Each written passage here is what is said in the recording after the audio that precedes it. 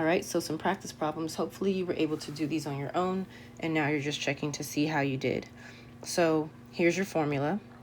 You need to choose your two ordered pairs. You can choose whatever you want.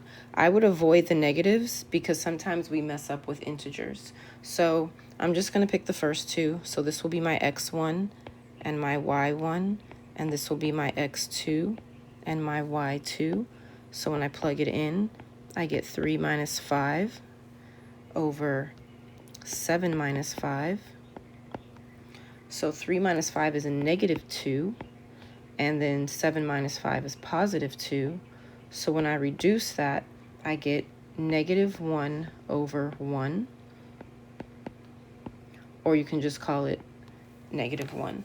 We're going to get used to writing our slope as a fraction when we're graphing, but for now, you can reduce it, and either one of these is the correct answer. Practice problem 2. Same thing, we've got a table. I've given you the formula.